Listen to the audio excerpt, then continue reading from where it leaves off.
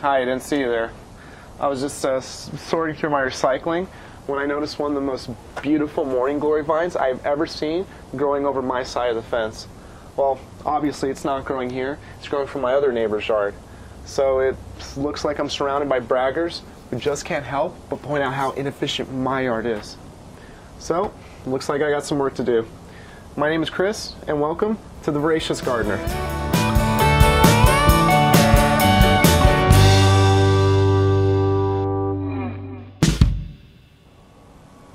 Growing your own food is one of the most satisfying things that you can ever do.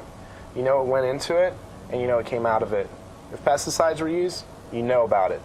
If the plant had a fungus or infestation, you know about it. If the fruit and vegetables were coated with a wax to make them look fresher and shinier than they really are, well, you know about it because you're the one that did it. As with a child or with a pet, when you grow your own food, you're responsible for every step of the plant's upbringing and development. You got to feed it, and you got to keep it clean. You need to take care of it when it gets sick and give it a little support when it's looking a little bit down and out.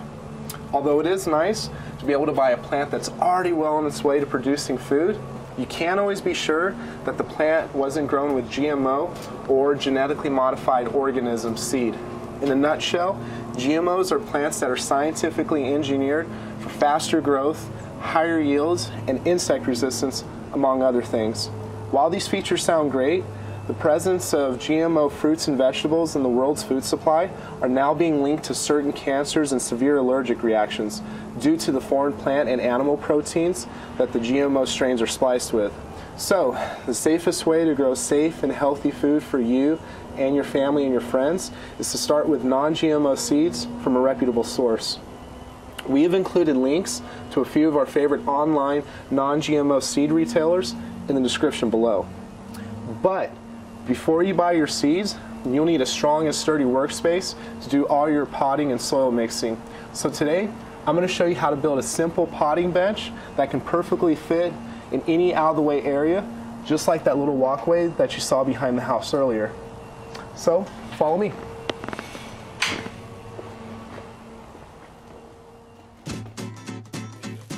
The materials for this project are very basic. You'll need 4 2x4 pieces, cut to 48 inches in length, 6 2x4 pieces, cut to 20 inches, 4 4x4 pieces, cut to 36 inches for the legs, and a piece of plywood or OSB cut to 24 by 48 inches, which will serve as our tabletop. If you don't have the tools to cut these pieces yourself, you don't need to go out and buy them. Just about any home improvement store or lumber yard will cut the wood for you, as long as you provide them with specific measurements. All you really need for this project is a drill, a 3/16 bit, and a few 3-inch screws. Now to put it all together, all you need to do is pre-drill 2 holes on the side at each end of your 48-inch 2x4s. Pre-drilling keeps your screws straight and prevents the wood from cracking. Then you'll screw those to your 20-inch pieces, forming a rectangle. You'll be making 2 rectangles, serving as top and bottom braces. In your top brace, you'll take your 2 remaining 20-inch pieces and make them into cross braces to better secure the tabletop. For this, you'll want to measure 16 inches from each end and make your marks. If you don't have a tape measure handy, you can just eyeball it into thirds. Pre-drill your holes and screw in the cross braces. Once you've assembled the frame for your top brace, it's time to screw down the tabletop. Make sure to square up your top as closely as you can to the frame, and if there's any overhang, make it as even as possible on each side. Now, you will pre-drill holes through your top and into the 48-inch 2x4s near each joint. Don't drill directly over the joint, as you'll either split the wood or hit the existing screws. Once that's done, you'll pre-drill 1 hole through the top into the center of each cross brace. This will keep the top very secure and prevent it from clapping and eventually splitting when you're working with large bags of potting mix or tamping down soil in pots. When you screw your top down, make sure to sink your screws at least a 1/16 of an inch below the surface to keep the top down tight and to prevent yourself from catching a fingernail or a sleeve on a screw head later on down the road. Once your top is on, turn it over and pre-drill 4 holes in each corner and attach your legs. After you've pre-drilled your holes, simply pull a 4x4 tightly into each corner and screw it in place.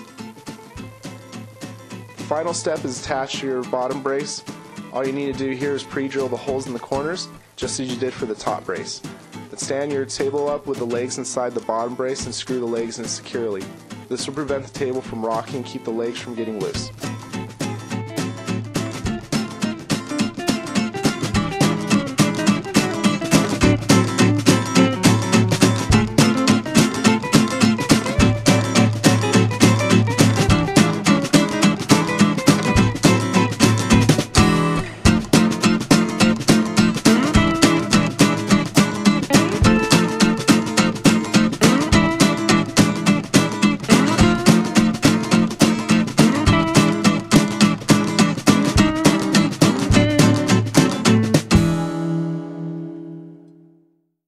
To test the durability of this table, I'm going to throw down a huge bag of potting soil right on top to see if this thing breaks.